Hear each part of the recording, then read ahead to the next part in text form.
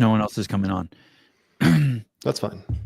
Bam, we're live. Spin, thanks for joining me, buddy. Yeah, man.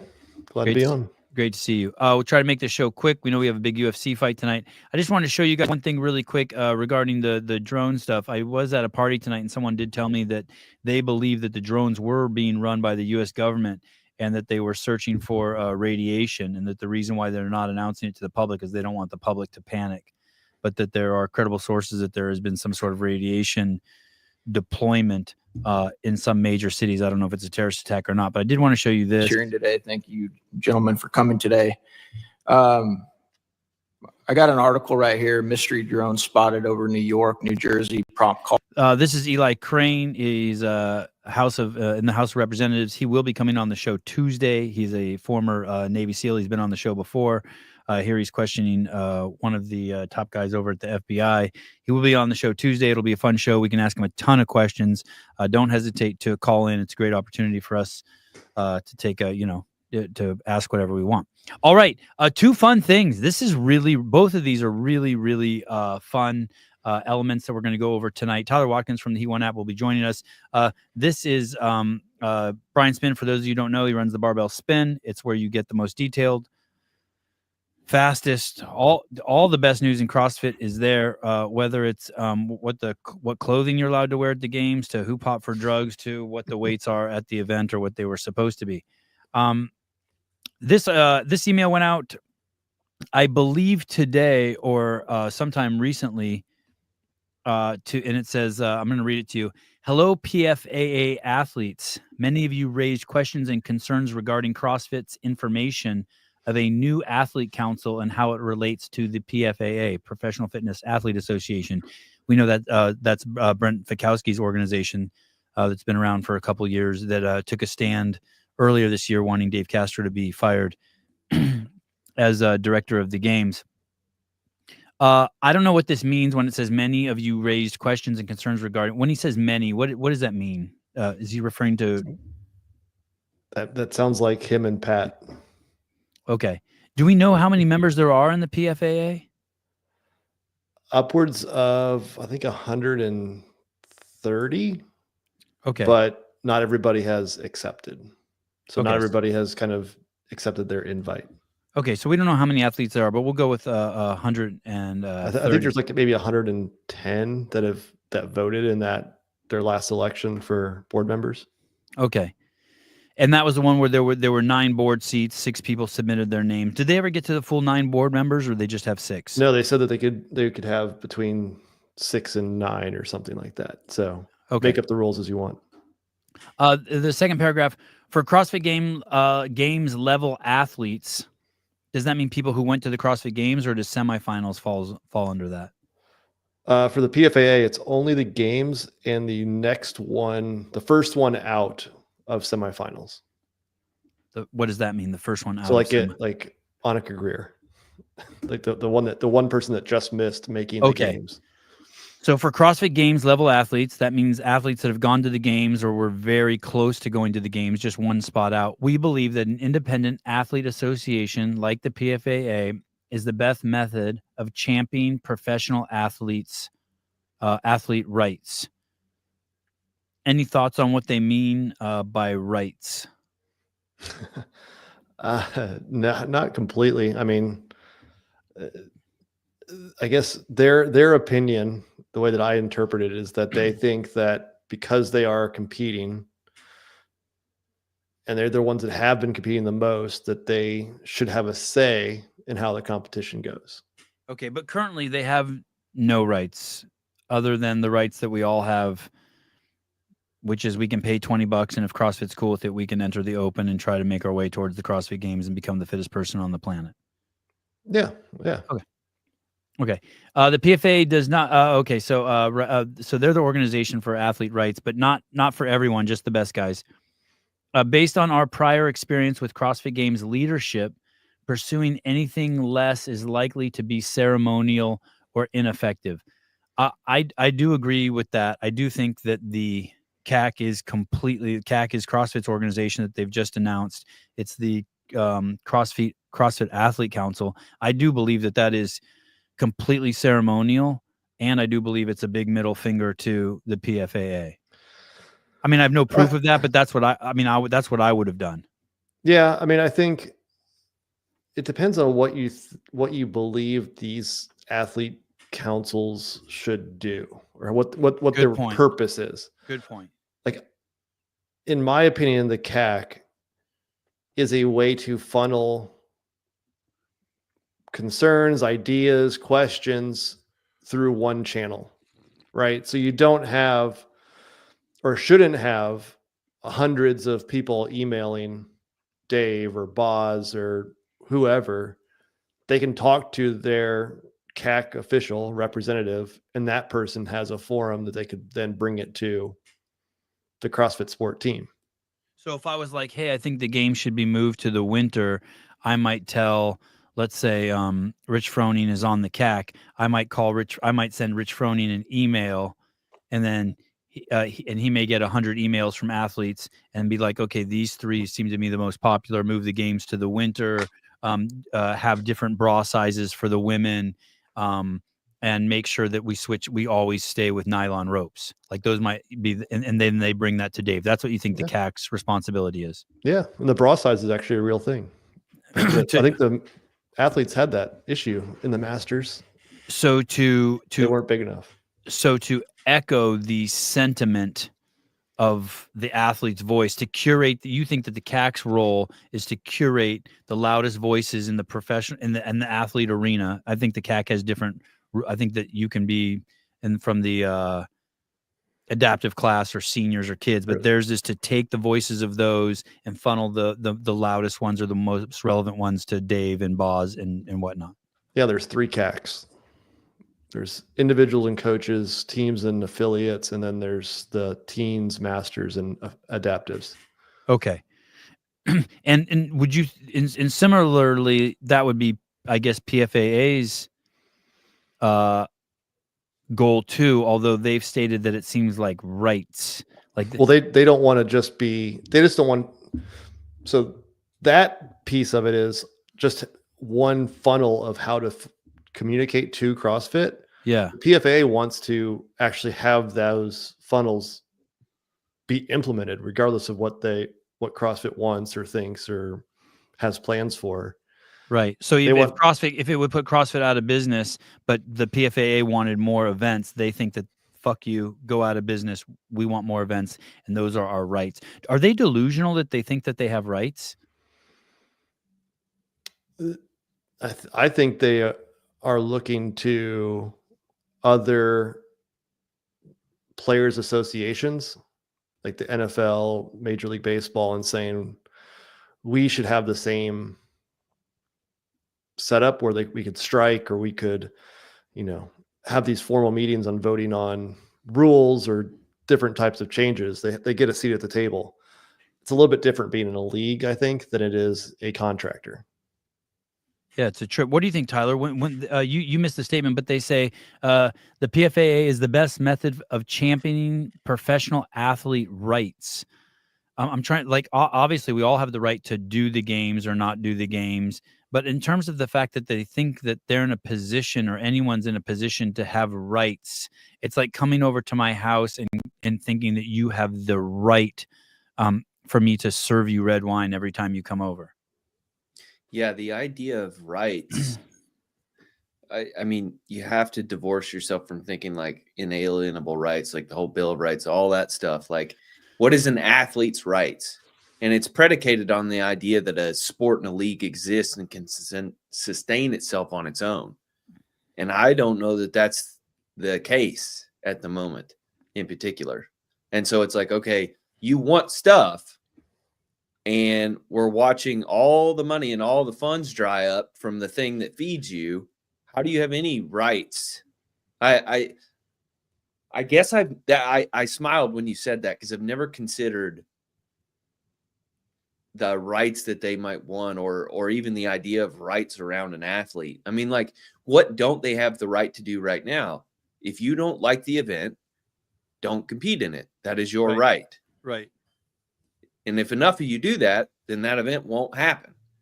Right. I'm throwing such a great party that all of a sudden you think you have rights to demand what drinks I serve.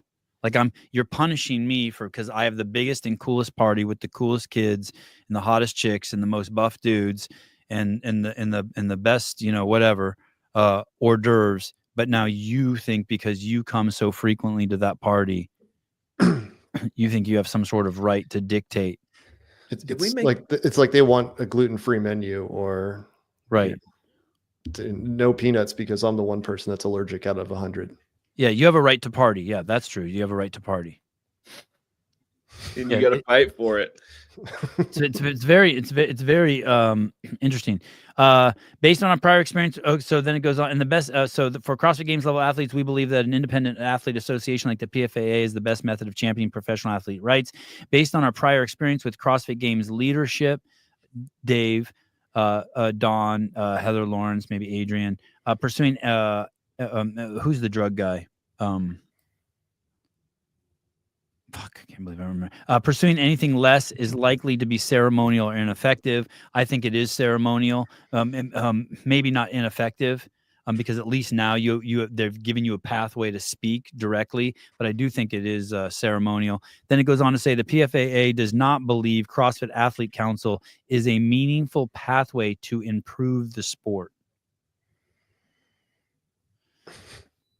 So it serves all the same functions that the PFA wanted to serve 3 years ago, but now it is not right because the DAC wasn't successful. The CAC also won't be successful. What was the DAC? That was the preemptive CAC. Division Athlete Committee, I think it was. Okay. Curtis Bowler. Yeah, Curtis Bowler. So okay. Yeah, there was the AAC, the Athlete Council, and then there was the DAC. Both of those lasted, I think, maybe a year or two or less each time. It's as if they don't realize that things have changed. CrossFit, okay, Lazar dies. They tried the ACC, AAC, the AAC, and the DAC, and those didn't really take. But no athlete had died. No athlete had been majorly injured by any event we've ever done. Now they have pressure from the PFAA and Lazar's death to say, maybe we should make this one take. The equation has changed. And to say, we don't think the CAC is going to work because it hasn't worked in the past is not a justifiable argument. Go ahead, Steven. Sorry. But we didn't talk about why those those committees went away. Dun dun dun. Well, we know one time they went away because at least one time they went away because at the PFAA's request. Right. So I think the most recent iteration, it went away because there was some sort of compromise. The PFAA contacted CrossFit and was like, "Hey, we've got this. Go ahead and disband that group." I think that's just getting in the way of us directly communicating with you. Yeah, and CrossFit obliged. Yeah, so you can't say that. Well, they disband it and not mention why it's been disbanded. The PFA does not believe CrossFit Athlete Council is a meaningful pathway to improve the sport. Therefore, implying that the PFAA is a meaningful way to improve the sport. Therefore, the PFAA itself will not be taking an active role in the application process. That part throws me off. So why wouldn't they want someone, if the body that you want to participate with has a council, why wouldn't you want to send someone there? All they say is that they don't think it will. Therefore, because the CAC won't, they don't think the CAC will improve the sport. They're not going to send anyone there. Apply for a place on the board with no proof of that so far. I mean, we talked about it on our show. We thought that the PFAA should go try to just infiltrate the whole CAC CAC. And get in there, and then it's like, well, you're talking to the CAC, but 3 of the members are from the PFAA. So right. Okay. Well, and that's the thing. Like they say they want to stand by the athletes. I can't remember the exact terminology they used. Support. They want to support the athletes. If there is any instance in which they think the CAC might produce results and produce further safety that they're after, why would you not be on the CAC? Yeah. Just have somebody there. Yeah. It's not like they have to pay. Yeah. It's just time. What about the athletes who will be on the CAC? Do you not support those athletes? Yeah, that's a great question. Can you be a member? Yeah, that's a great question. We're happy to take a call to outline in detail why we believe this structure will be ineffective. One example is the previous iterations when CrossFit created an athlete council. Okay. The athletes we've spoken with who participated in those prior versions felt the meetings were ineffective and that they had no meaningful say. That goes back to what's the purpose of all of these things. Yeah. So if you wanted Evian water there and they were just giving you tap water, you would be pissed. We don't even know what that meaningful. We don't even know what it is. Yeah, they want to be the decision maker, not a collector of. They didn't let us change a workout. They've also not stated how they think the CAC could be effective. Right. They've just said it's not going to be effective. Yeah. Okay. That would have been really impressive if they put a paragraph in here that said, but we're open to being wrong if the CAC does address these issues and list out 5 or 6, which we've never seen from the PFAA. Mm-hmm. In fact, one athlete reported that the athlete council was disbanded without real notice to its members. I believe that's true. I think the DEI council was disbanded on that. And hey, in defense of HQ, they went from Greg Glassman to Jeff Kane to Dave Castro to Rosa to firing Dave to Don to Justin Berg to bringing Dave back. Mm-hmm. And we know that one of them was disbanded by the PFAA. So it's a little disingenuous that they mentioned that, although I think that that's fair. I'm guessing that the previous iterations of the CAC were didn't feel very steeped in the culture of the creation of the CrossFit Games. Well, we don't know what they were bringing to the table, and it could have been like, hey, we're not making any progress. This isn't really worth it, and like another meeting just doesn't get scheduled. Right. Everybody probably saw the writing on the wall. Everybody was probably happy to not see that time slot on their calendar taken up. And I don't know what the timing is, but if it's in the middle of the season, CrossFit doesn't have time to sit there and have meetings to hear about complaints about stuff. And I'm guessing the person they're referencing also is Annie Thor's daughter, because she currently signed the letter asking for Dave to be fired. And I think she was on previous athlete boards. Previous iterations of the CAC. I don't know. We remain committed to supporting our athletes competing at all events in 2025 in more meaningful ways.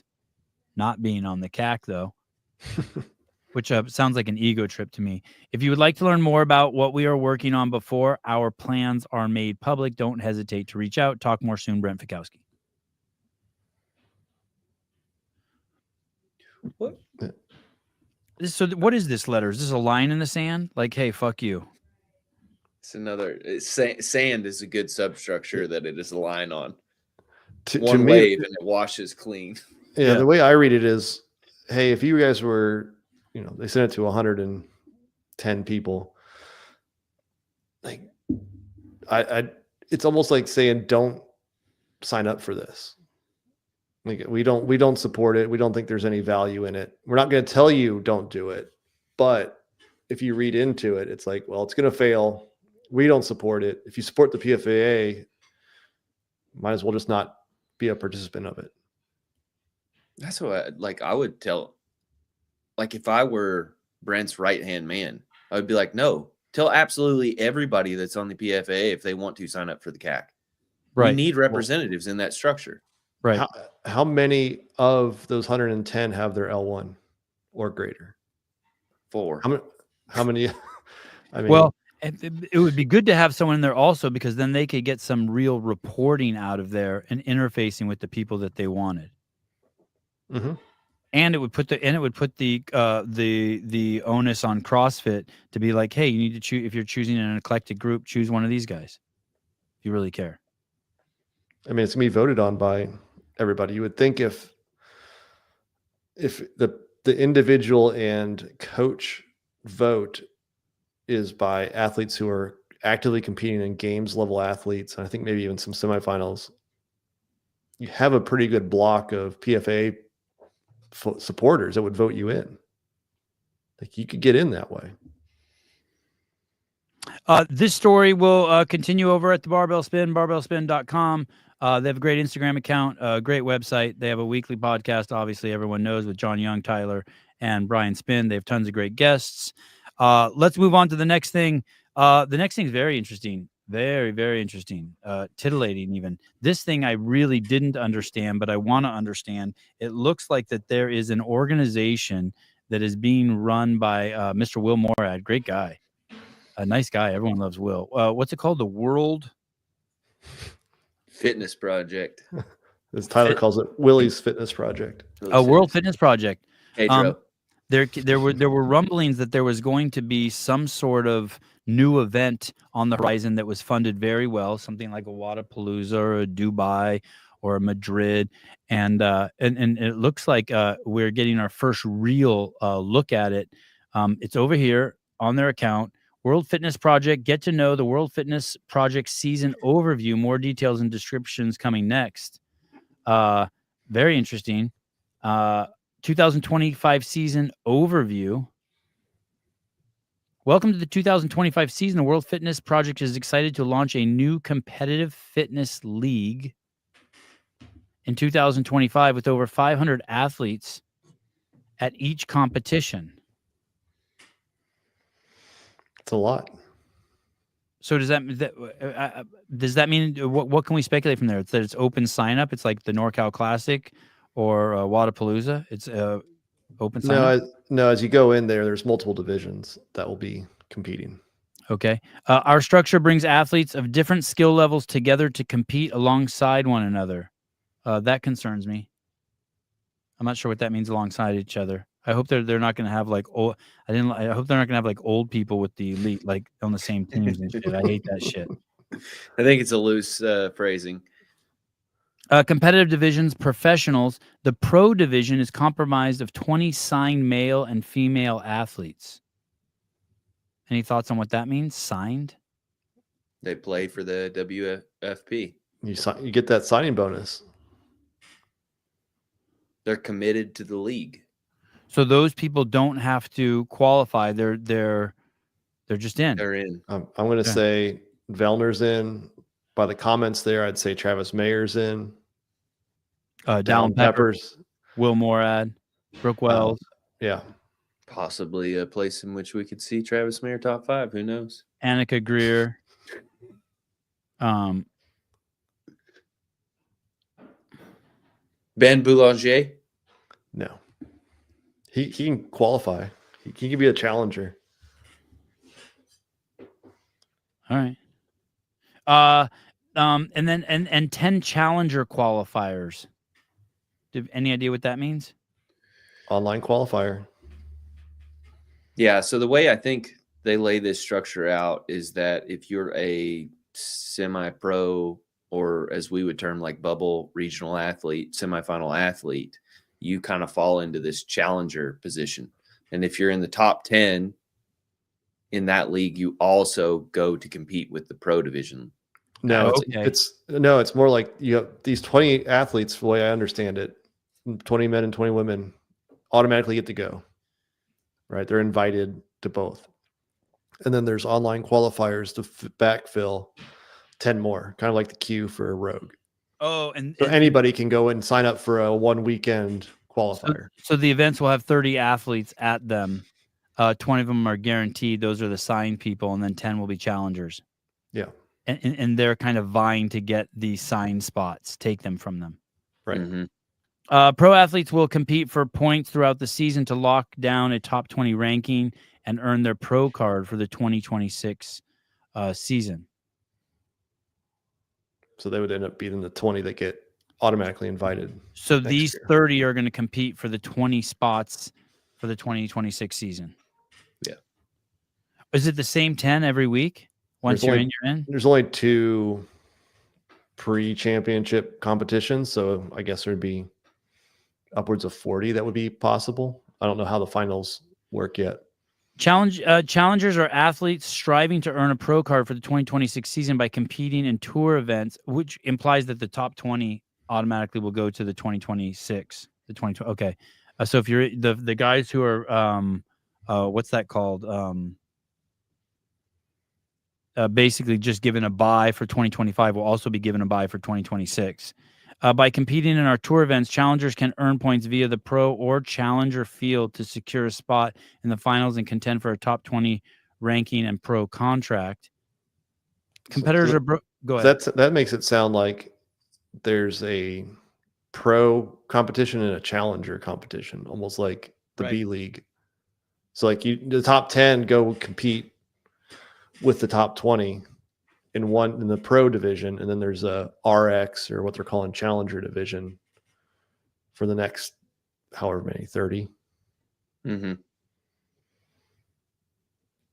Do you recognize this as oh, and there's a little picture down here. Sign up online, gain points, finish top 10 in challenger series, top 20 gain spot to 2026. So maybe the guys who are given a bye just as given the pro status in 2025 don't actually get an automatic bye into I think they have to. Yeah, I think they actually have to. Compete against those other 10. Mm-hmm. Okay, so there'll be 30 basically in 2025, and then it'll get cut down to. Well, no, next year there'll be 20 that get the automatic invites, and then you can go do the qualifiers to be the challenger. Okay, get back into it.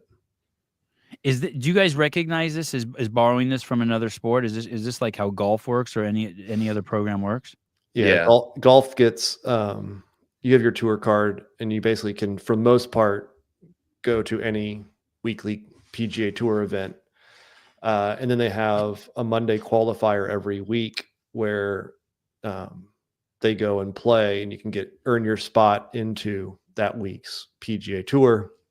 And then over the whole course of the year, the top 125, I think it is, earn their card for the next year. That's how we got the great American hero, Happy Gilmore. Bottom pros get with programming. Bottom pros get knocked out each year, and challengers can move up depending on performance. Okay. Yeah, you see the same thing in soccer and in bodybuilding.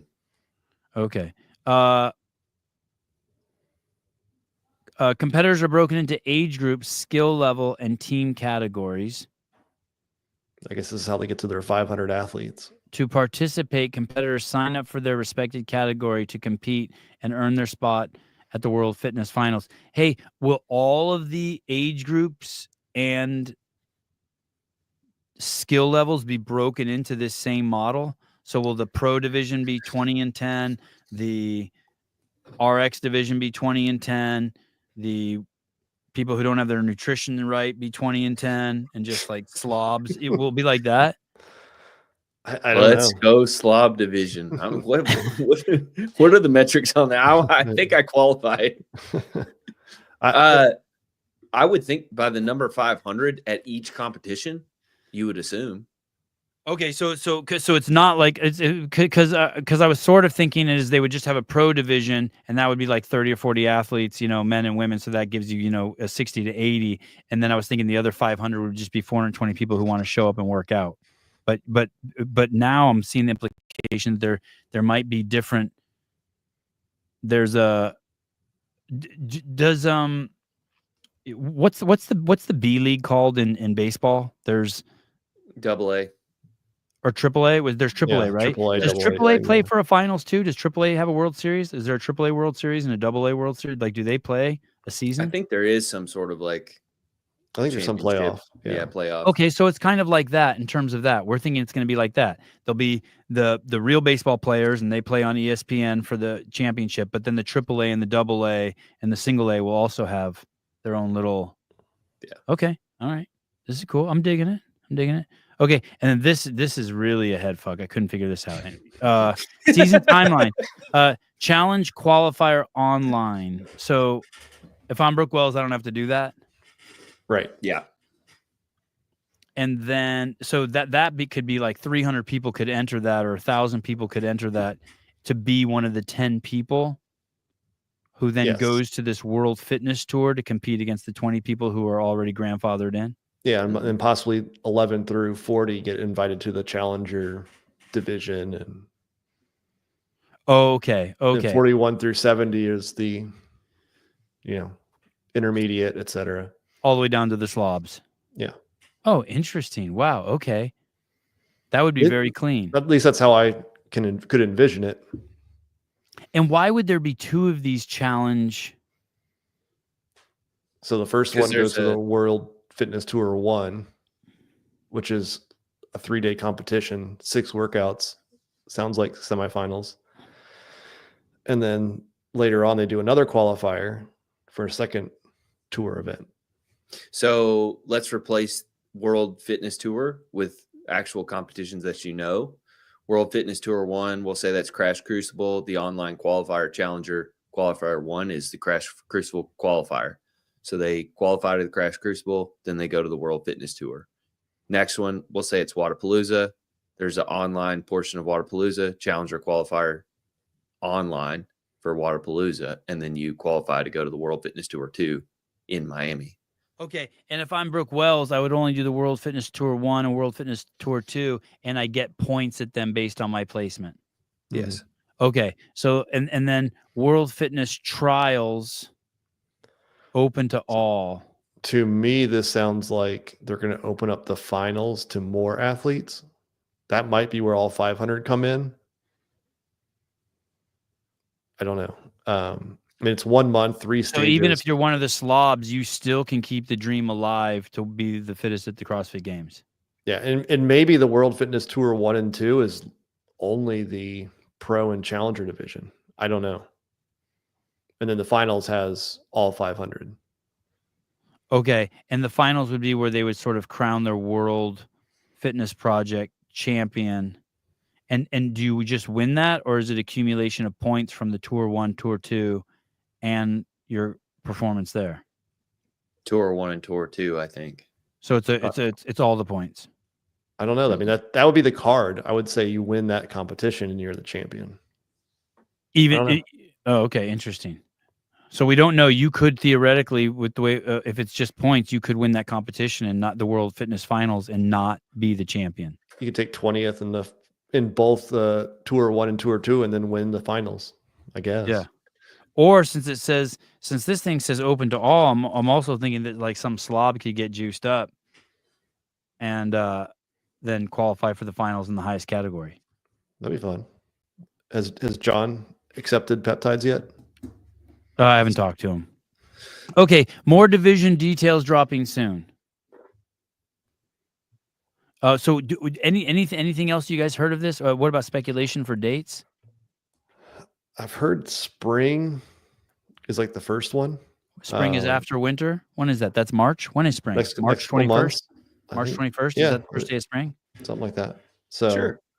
I've heard that. I've heard the finals is like near the end of the winter, but I don't know how it plays in with Rogue and, of course, the big grandiose Dubai, how it all fits in there. But March 20th. Okay. So spring would be, so that would be basically, we're speculating that right when the open is over, this thing fires up.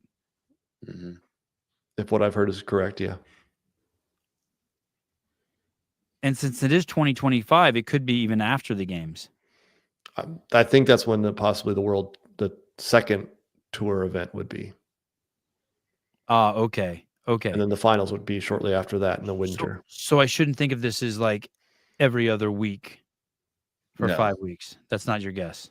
No, I think it's going to be spread out over the year. Barclay, 99.9%. Barclay, good to see you, buddy. Odds I could make a better point system in an hour than their system. Oh.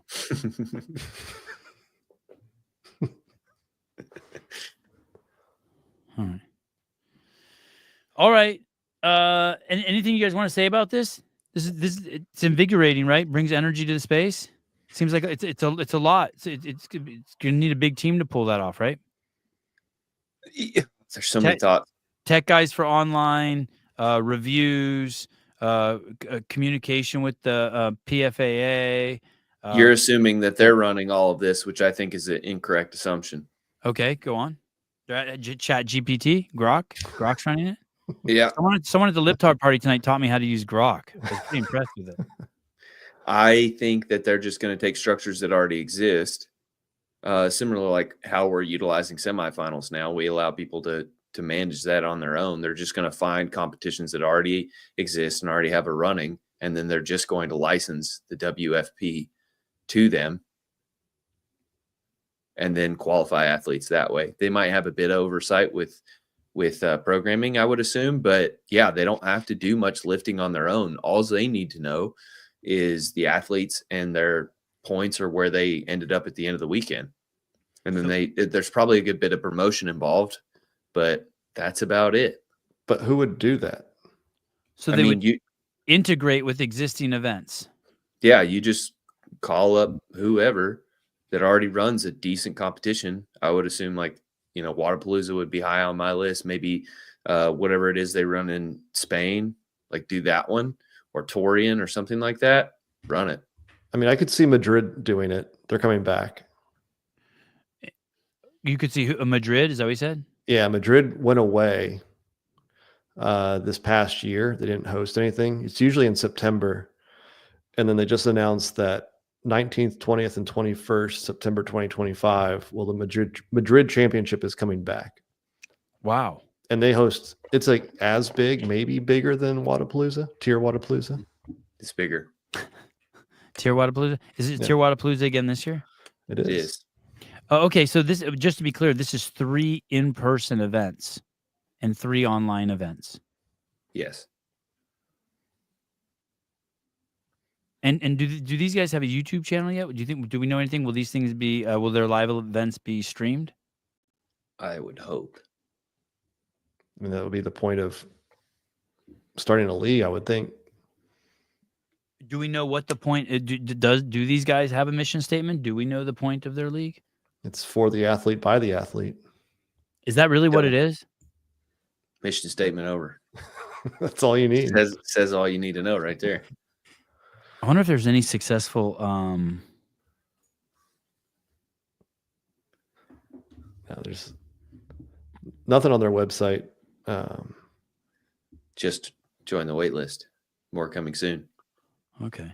I signed up for their newsletter. They said they were going to send it out when the season overview came out. I never got anything. So this is interesting. It says people, you didn't get one, even though they sent one out. You didn't get it. Well, I don't know if they ever did, but I signed up for their newsletter. Oh, I did too. I haven't gotten anything. Oh, we are for the people. It's our culture. I don't know what that means. At the heart of our organization is the principle that the people matter more. I don't know what that means. Matter more than what? Okay. What the fuck? More. I know what people are. I don't know what matter and more is. This stands as the foundation of how we lead to how we serve. Because at the end of the day, we're just people who are here to support other people, athletes, employees, and fitness community and beyond. I feel like my comment sums it all up. Just tell us when the events are and how this is going to work.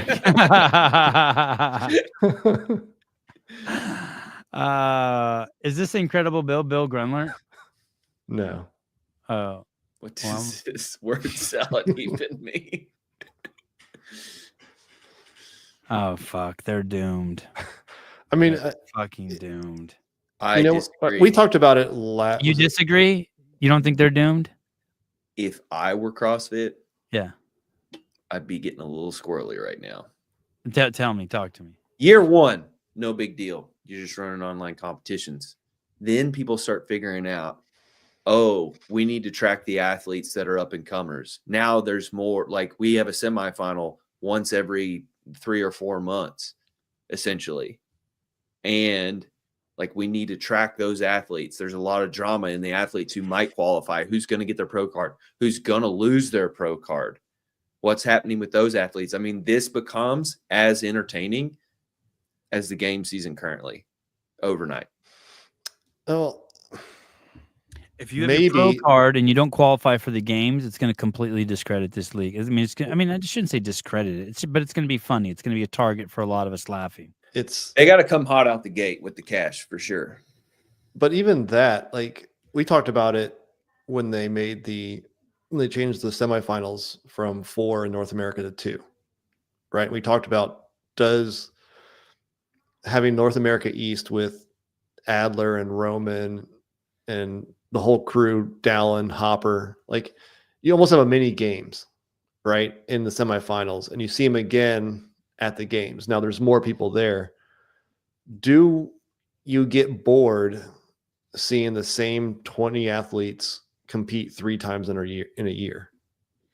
Yes. With possibly the same programming people who have set tendencies, same biases. That's why I think the Challenger League is probably going to be more entertaining than the Pro League. And when the challengers qualify into the Pro League, those are the people who you're going to watch. You're not going to watch the winners. I think this is only going to glorify the games even more. It could. I think we're going to see a juxtaposition between that. This is like, do you remember when F45 challenged Rich Froning and he didn't show up and Ronnie Teasdale showed up instead and in his jorts, he fucking beat their champ and took the 50 grand. Right. I mean, we see it a lot of times. Maybe, hopefully people can do both. Both. Yes. Yeah. Do both. Yeah. I think that's definitely the vision for this first year. It has to have some meaning to it. It has to have something behind it that's interesting. Like I know Rogue is a great competition. Though, right? It does seem interesting, right? Yeah, but there's a lot of competitions out there that the community does not care. Right. Right. There could be great athletes in a competition. They don't care, right? Like right now, the IF3 is having their world championships. Nobody cares, right? And it's a CrossFit competition, essentially. It's mostly Europeans. But the live stream has 700 people watching. Like, it's and there's more to it. And moms and shit like that. There's more to it than just watching people do thrusters and wall balls and rowing, right? There's got to be a storyline. There's got to be drama. There's got to be something that you look forward to or can talk about. That's what we got to be able to see out of this. The games has it because people miss the games. People don't qualify for semifinals. They get hurt, etc. And then there's, the final competition. I would argue the semifinals can be on a Sunday can be more exciting than a Sunday at the games. 100%. Every semifinals I've ever been to is more exciting, right? Because it's the storyline of who's going to make it, who's not. Mm-hmm. And if you have the same 20 athletes who have a guaranteed spot in these two, and they're probably going to make it to the third because the challengers are going to be tough to do, is it that exciting to watch? I don't know, but they have to be able to show that and make that exciting. Tyler, you think they'll host their own finals? You had the theory that they would piggyback off of other events for the first two. What about for the finals? I would assume that they host their own finals. I think it would be a bad statement if they didn't. I think they have to have their own brand setting piece in this, just like the games does, right? You have to have this big shiny thing. To your point, Spin, I totally agree with the setup right now, but what I see, and I'm going to use this buzzword, is the scalability of the entire system. The challenger part is the part that is scalable and more entertaining. And right now it sits online. That's kind of shitty. Like, we want to see more of that. How do people get into the challenger position? And then, like, we kind of want to see the challengers probably go to their own event. Then you can start doing these like sub-regional pieces of that. You can start growing it more and more and more. That's what I see in this. And that's why I think CrossFit should be nervous, is because then all of a sudden they're running a much larger sport if they can scale it. But that's like probably a 3 to 5 year project. Do they have the runway and cash to pull that off? What do you think about the 20 athletes getting security? I mean, the intention is very nice. basically what as I think about this more and more, they're paying the 20 athletes who are in every year so that they can get a little bit of reprieve, right? So that they can be like, okay, I'm focused on this. This is what I'm going to do. I'm going to win this. And if I can stay in this top 20, I can get another paycheck the next year. So there'll be some, let's say it's $10,000 a year. There's some sort of baseline salary. Mm-hmm. Yeah. I always struggle with, you listen to Pat Vellner say, I want more in-person competitions. You hear O'Keefe say there's only a certain amount of times that my athletes can go compete. I can't send them out there every month for a year. Like, they need an off season. They need time to rest. They need a time to train. When does all of this, like, how does that work? Like, 3 in-person competitions. If you only go do World Fitness Project, it's 3 times you see them in person. The games was 2. But you had the opportunity to go to Rogue. You had the opportunity to go to Wadapalooza. Yeah. Does this overlap? Does it get too close to Rogue and they don't want to do Rogue and this because they've already committed themselves to do it? Wow. Year 3, people start making that decision. Is it in December and now it's like, well, it's too close to Wadapalooza. I'm going to skip Wadapalooza because if I got guaranteed money, I'm going to qualify for the next year. My only off season is going to be from January to March. And this is like saying they don't even do the game season, right? Like, they fully just go with this. So, like, when can they rest? When can they, how many more competitions can they do? If you're only going to do 3 in a year because that's all you can do, it's not different than what the CrossFit Games season was. Right. No, but it's housed under one piece. And you're right. You get a little lanyard that says pro athlete. That's cool. Hopefully it's like those gold Pokemon cards that they used to have at McDonald's, real heavy. You need some of those. I bet CTP could get one of those for him. Yeah. The fact that they're launching this means that they made this post means that they're serious, and they're either putting pressure on themselves or they actually do have some wheels in motion. And worst case scenario, let's say Will's just trolling us and there's no such thing. And right? I mean, fuck. Greatest troll of all time. Dude, that would be amazing, right? But on the other hand, let's say it is happening and it's going to come quickly. It's going to come very quickly. A lot's going to unfold here. Any thoughts on why he chose now to release, other than the fact that, like, hey, just it's time. Best time to plant a tree. Yeah, you think there's anything special about this? And also, do you think the PFAA has sunk their teeth into the hindquarters of the World Fitness Project yet? 100%. Yeah, maybe. Well, I mean, Vellner's part of it, obviously. I would say first, the timing of it. What do you mean part of it? You think he has an investment? Like, he's invested? He's put 100 G's in? No, I think he's got his self. He's consultant. He's one of the 20. Oh, he has a pro card already.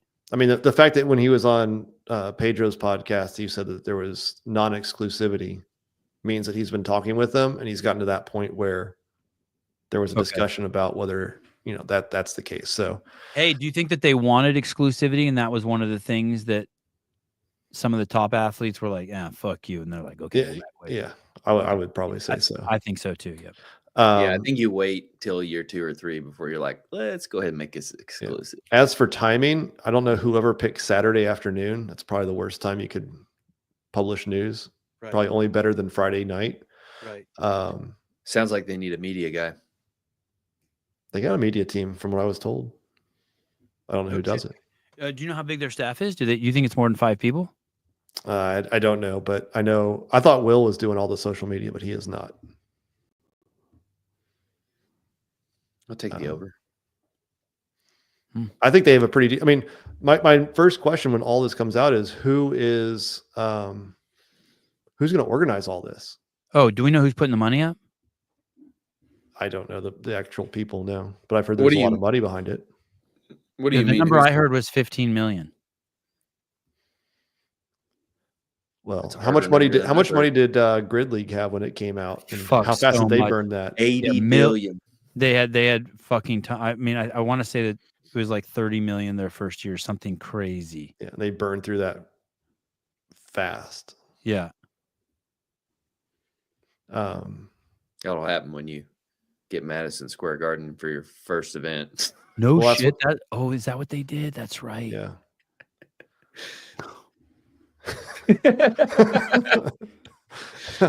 We were thinking about having our first Kill Taylor event in there, but Yeah. we walked. No, I mean, It was too cheap. I mean, Tyler's point of can you piggyback off of existing organizers? If it's a small competition and it's just, the 30 pro athletes and maybe 30 challenger athletes, you probably could find somebody. If you're going to want to host a 500 athlete tour event, it's got to have somebody. I mean, it's got to be Pretty beefy. Madrid could run something like that. It could be somebody like Allowed Live. I'm sure Wilson could do it. NorCal. They had 800. They had 800 athletes. They're going to go over 1,000 next year. So, yeah, I mean, I guess I didn't know it was that many. No, not Will Brandstetter, but Will could do it. But Will could fucking do it. I'll tell you that. Will can do anything. There's a lot of stuff that goes into that. Like I have to imagine that they're utilizing somebody that's been in the space to run events before. Mm-hmm. Has to. Or there's a big chance of failure. Like what companies? I mean, Loud and Live. What was the other couple? Madrid. No, there's like the organizing firms. You're talking about the guys who set up the games. Billy. Oh, Framework. Framework. Yeah. Yeah. I still wonder if Framework was involved in 24. The 24 CrossFit games. Mm-hmm. Why did you hear that they weren't? No, they publicized that they helped with previous CrossFit games. I mean, they were the ones who were in charge of. I'm pretty sure doing the capital event. Yeah, I'm pretty sure I know the guy's been around forever. I want to say his name's Billy. I can't remember his name. He's a cool dude. He's been around fucking forever. So he hasn't aged. He still looks like he's 20. Yeah. So they if they were there, they obviously did not publish it on social media, but they were the responsible for the ones in 2022 for doing the capital. Like they coordinated all of that. Oh wow. So let's extrapolate that to 24. Wow. And that guy knows everyone. That guy Billy knows everyone. I mean, he's been around forever. He knows fucking every athlete. He's a cool dude. Will Morad's a cool dude. Will's like, I mean, he could befriend anyone. Right. Yeah. So wow. Okay. But I'm sure they're pretty expensive. I mean, they've did like F1 Miami. They've done some big. Yeah, that guy. Big things. But that guy Billy, I think if it's who I think it is, he's also a CrossFitter, so he might have a soft spot and give a bro deal. Good. Mm-hmm. Yeah. Especially all right, for Tyler, you think it's going to be successful? Yeah, there's the potential to be successful. I'll say yes. Fuck it. Spin? I'm not ready to say that yet. I think there's a lot more than just throwing money and athletes in a competition together to make people want to watch it. Okay. Got too much John Young in you. I got to see it first. I'm going to say that they have two big strikes against them. Their post seems like word salad, like they're going to have trouble hunkering down and pinning anything down, like they don't have a strong leader. It echoes already just weakness and or it portrays weakness. It just doesn't seem like it's written strong and concise and like they want to say. It seems like PFAA nonsense. And if they do have the PFAA's teeth sunk into their hindquarters, they're fucked. The story is this: if you have 20 people at your house and you're going to order food, you don't ever say, what do people want on their pizza? You are not going to make anyone happy. You order pepperoni. 3 cheese, 3 pepperoni. The fat fucks will eat just the cheese one. The medium fucks will eat pepperoni one, and then one that's just like the meat master. Yeah, the meat master. yeah, and then they come. But if you ask, what do people want? You're not only going to have a headache, but you're going to have people who are disappointed.